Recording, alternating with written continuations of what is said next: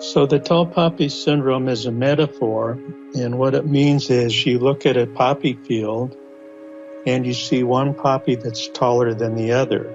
So there is a tendency in most countries to cut that poppy down so that all poppies are uniform size. So most societies are fairly egalitarian or want people to be fairly equal in stature. And America's never been like that. So it's prevalent worldwide.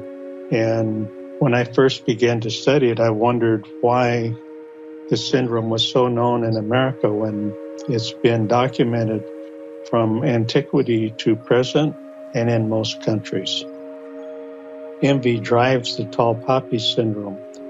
So if you look at somebody has a better car than you have, you become envious of that, perhaps.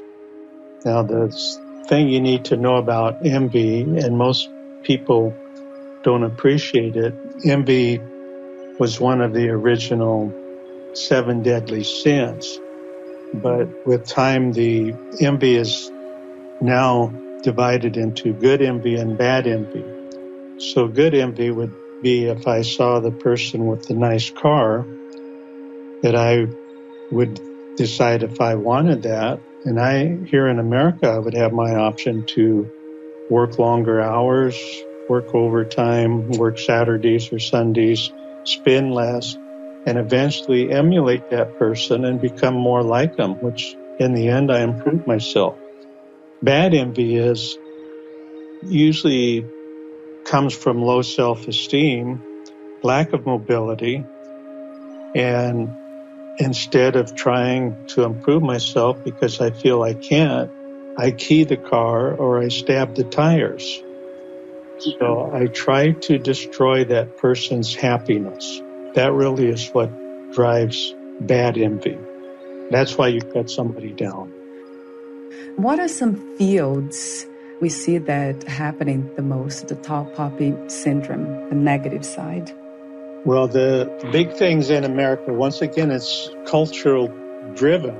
And in America, our tall poppies are so high profile because of the internet and social media and TV and Hollywood. So, of course, those tall trees are going to get the most wind. And who is that in America? It's going to be politicians, people from Hollywood, people in sports, and of course the entertainment media group of people. The tall poppy syndrome happens mostly within your tribe because it's people that you're familiar with. So people you work with, your neighborhood, the school system where your kids are. So it's your own envy and looking at people you know. So to be cut down, you don't have to be tall. And the metaphor is about the tall so that you understand the tall. But the tall poppy syndrome is just as I think it happened to me. Some people would say I wasn't that tall, and that's most likely true. But in the end, I do meet the criteria of sort of being cut down. What do you suggest? What are the solution for this situation?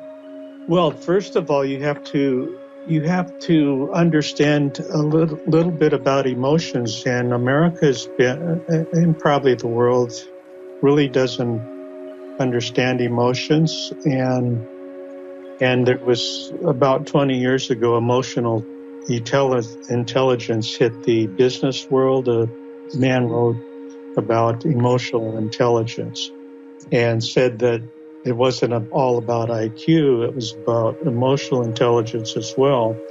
And we need more self-awareness. And the self-aware businessman is very, very important to being successful in his company, perhaps more to success than working hard.